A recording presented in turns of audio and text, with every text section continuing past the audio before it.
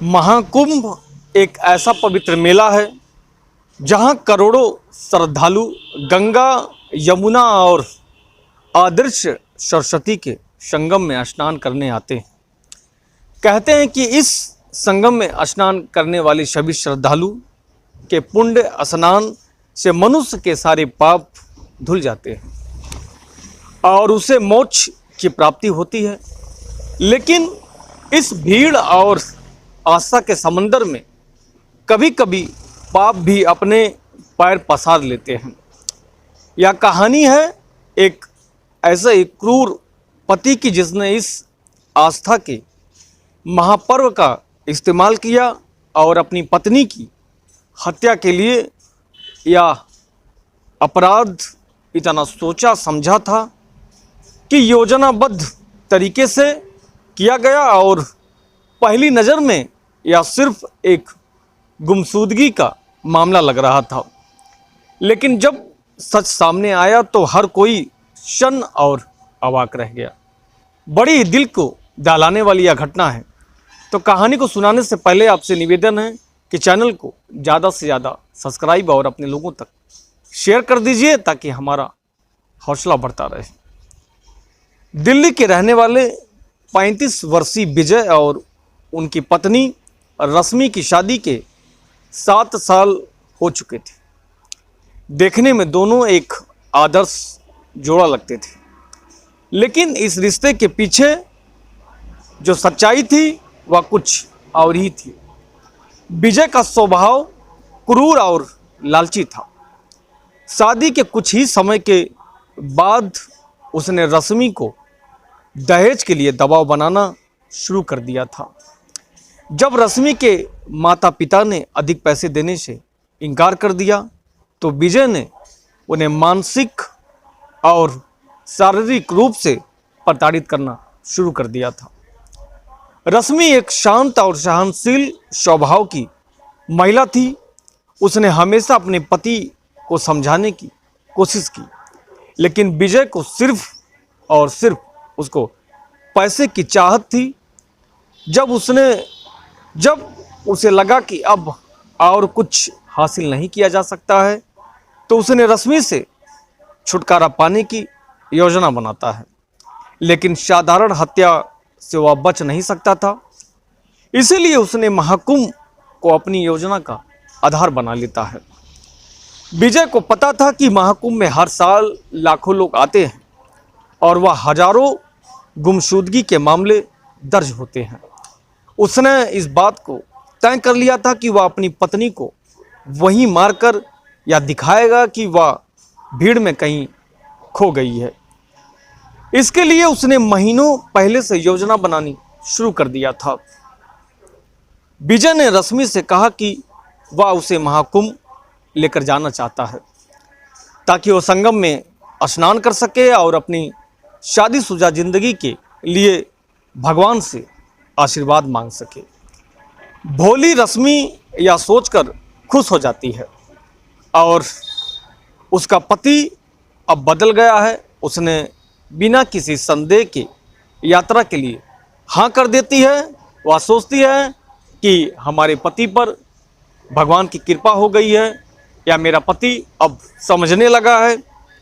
इसलिए वह बिना हिचकिचाहट के अपने पति के बातों में आ जाती है और हाँ कर देती है। जनवरी की एक सर्द सुबह विजय और रश्मि प्रयागराज पहुंच जाते हैं। चारों तरफ भक्तों की भीड़ थी। साधु संतों के मंत्रोच्चार गूंज रही थी और गंगा के किनारे आस्था की लहरें उमड़ रही थी। विजय का दिल तेजी से धड़क रहा था, लेकिन उसने चेहरे पर थोड़ा सा भी अपने चेहरे पर सिकन नहीं आने दी।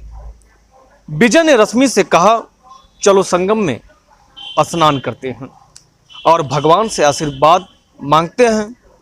वे दोनों गंगा के पवित्र जल में उतर जाते हैं। तभी विजय ने अपने हाथों में छिपा एक भारी पत्थर निकाला और अचानक रश्मि के गर्दन से पकड़कर पानी के अंदर धकेल देता है। रश्मि ने बचने की बहुत कोशिश की, लेकिन विजय ने उसे इतनी मजबूती से वह पकड़ रखा था कि वह बाहर आना चाह रही थी, लेकिन चाहकर भी वह बाहर नहीं निकल पाती है। बाहर तो नहीं आ पाती है, लेकिन कुछ ही मिनटों में उसका शरीर पानी में तैरने लगता है। विजय ने उसे और गहरे पानी में धकेल दिया और फिर भीड़ में ऐसे शामिल हो गया जैसे कि उसको ऐसा लग रहा था कि मैंने कुछ किया ही ना हो। कुछ समय बाद उसने पुलिस चौकी में जाकर बताया कि उसकी पत्नी मेले की भीड़ में कहीं खो गई है। पुलिस ने इसे सामान्य गुमशुदगी का मामला समझकर और जांच शुरू कर दी जाती है। कुछ घंटों के बाद पुलिस को एक महिला का शव मिलता है। गंगा किनारे महिला का शव मिला और पोस्टमार्टम रिपोर्ट में स्पष्ट हुआ कि उसकी मौत डूबने से हुई थी, लेकिन उसके शरीर पर चोटों के निशान थे। जैसे ही इस बात का स्पष्ट होता है कि महिला के शरीर पर चोट के निशान हैं, और वहीं से मामला संदेह के दायरे में आ जाता है, जो किसी संघर्ष का संकेत दे रहा था। जब पुलिस ने गुमशुदा लोगों की सूची देखी तो उन्हें विजय की रिपोर्ट मिल जाती है। पुलिस को संदेह हुआ और उन्होंने विजय से सख्ती से पूछताछ की। जब विजय के बयान आपस में मेल नहीं खा रहे थे तो पुलिस ने उसकी कॉल डिटेल को खंगालना शुरू कर देती है और सीसीटीवी फुटेज खंगाला जाता है। एक कैमरे में विजय को रश्मि के साथ संगम के पास जाते हुए देखा गया, लेकिन अकेले लौटते हुए भी रिकॉर्ड लिया गया था, लेकिन रश्मि उनके साथ नहीं रहती है।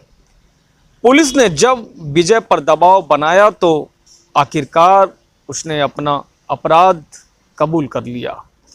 उसने स्वीकार किया कि उसने पहले से ही हत्या की योजना बना रखी थी और महाकुंभ का फायदा उठाकर अपनी पत्नी को हमेशा के लिए खत्म कर दिया। विजय को हत्या और साक्ष्य छुपाने के आरोप में गिरफ्तार कर लिया जाता है और अदालत में पेश कर दिया जाता है। सबूतों और गवाहों के आधार पर उसे आजीवन कारावास की सजा सुनाई जाती है। महाकुंभ जहां लोग अपने पाप धोने आते हैं, वहीं एक पति ने अपने सबसे बड़े पाप को अंजाम दिया, लेकिन ईश्वर को न्याय से कोई नहीं बचा सकता है। विजय ने सोचा था कि वह बच जाएगा, लेकिन कानून की पैनी नज़र ने उसे बेनकाब कर दिया। यह कहानी हमें यह सिखाती है कि कोई भी अपराध कितना भी योजनाबद्ध क्यों ना हो, सत्य एक दिन ना एक दिन सामने आ ही जाता है।